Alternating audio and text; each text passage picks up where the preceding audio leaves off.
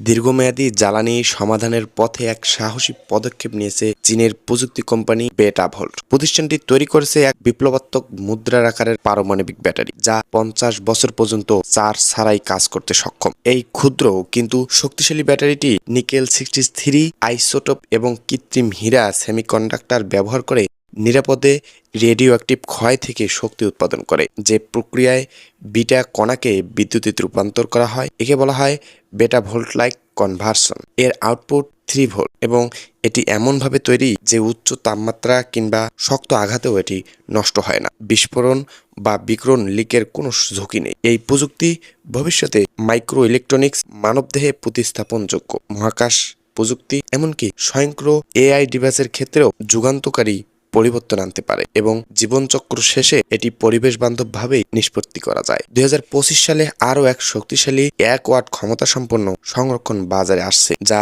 নাগরিক ও সামরিক প্রযুক্তি উভয় ক্ষেত্রেই ব্যাপকভাবে ব্যবহার করা সম্ভব হবে বলেছেন এই ব্যাটারি উৎপাদনকারী প্রতিষ্ঠানটি।